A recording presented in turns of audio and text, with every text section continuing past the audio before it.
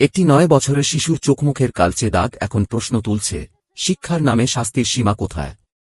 খুলনার সোনাডাঙ্গা এলাকার একটি মাদ্রাসায় পড়তে যাওয়া শিশু ইসমাইল শিকদারের সঙ্গে ঘটে গেছে এক ভয়াবহ ঘটনা। অভিযোগ, পড়া মুখস্থ না পারায় হেফজ বিভাগের শিক্ষক আব্দুর রহমান তাকে বেত দিয়ে মারধর করেন। আর সেই নির্যাতনের পর শিশুটির শরীরে দেখা যায় গুরুতর আঘাতের চিহ্ন।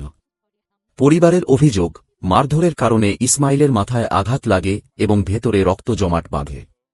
তার চোখের নিচে, মুখে ও গলার অংশেও আঘাতের প্রভাব দেখা যায়। চিকিৎসকরা জানিয়েছেন, ওষুধে উন্নতি না হলে ভবিষ্যতে অস্ত্রোপচারের প্রয়োজন হতে পারে।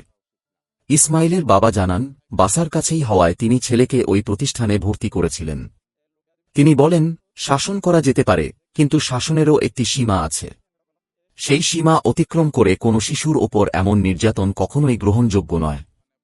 সবচেয়ে বড় অভিযোগ হল, ঘটনার পর মাদ্রাসা কর্তৃপক্ষ পরিবারকে বিষয়টি জানায়নি। প্রায় একদিন পর অন্য মাধ্যমে খবর পেয়ে বাবা তার সন্তানকে উদ্ধার করেন এবং চিকিৎসার ব্যবস্থা করেন। চিকিৎসকদের মতে, দেরিতে চিকিৎসা শুরু হওয়ায় পরিস্থিতি আরও জটিল হয়েছে। শিশুটির মাথায় রক্তক্ষরণের বিষয়টি এখনও পর্যবেক্ষণে রয়েছে।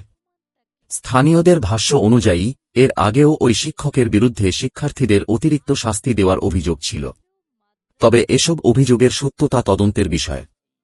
ঘটনার পর অভিযুক্ত শিক্ষক আব্দুর রহমান আত্মগোপনে রয়েছেন বলে জানা গেছে।